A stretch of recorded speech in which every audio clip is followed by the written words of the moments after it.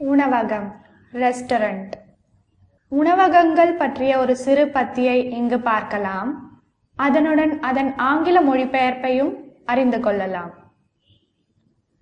உணவகங்கள் உணவு மற்றும் பானங்கள் தயாரித்து பணத்தை பெற்றுக்கொண்டு வாடிக்கையாளர்களுக்கு உணவு வழங்குவதை நடைமுறைப்படுத்தியுள்ளது.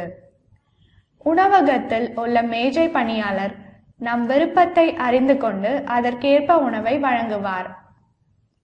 இந்த பத்தியின் ஆங்கில மொழிபெயர்ப்பு: A restaurant is an establishment which prepares and serves food and drink to customers in return for money. Waiters take the order, that is our choice of food, and serve it.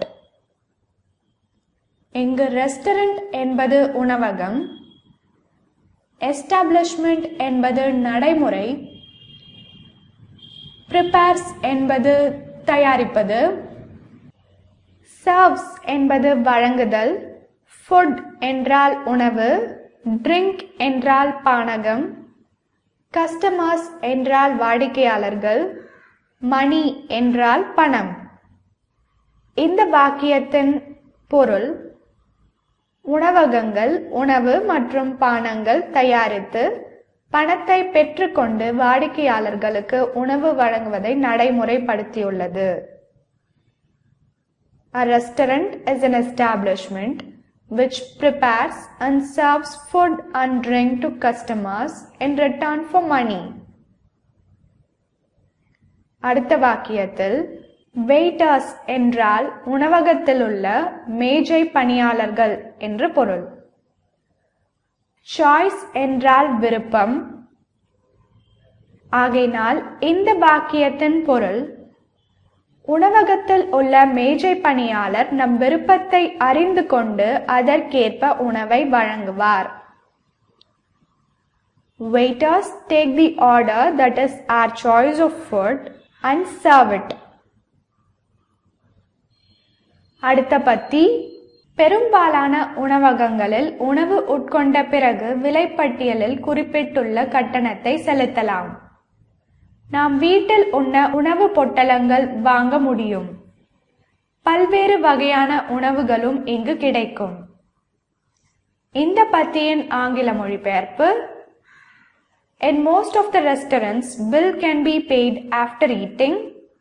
We can also buy parcels of food to be eaten at home. Different varieties of food will be available. In most of the restaurants என்றால் பெரும்பாலான உணவகங்கள், bill என்றால் பட்டியல், paid என்றால் செலுத்துதல், after eating என்றால் உணவு உண்ட பிறகு என்று பொருள். ஆகையினால் இந்த வாக்கியத்தின் பொருள்: பெரும்பாலான உணவகங்களில் உணவு உட்கொண்ட பிறகு விலைப்பட்டியலில் குறிப்பிட்டுள்ள கட்டணத்தை செலுத்தலாம். In most of the restaurants, bill can be paid after eating. அடுத்த வாக்கியத்தில் buy என்றால் வாங்குதல், parcels என்றால் பொட்டலங்கள், food என்றால் உணவு, eaten at home என்றால் வீட்டில் சாப்பிடுவதற்கு என்று பொருள்.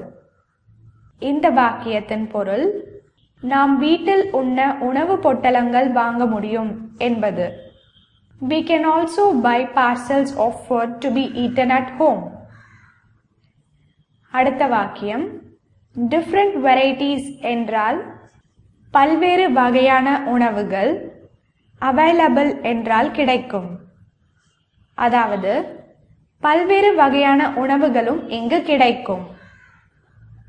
Different varieties of food will be available here.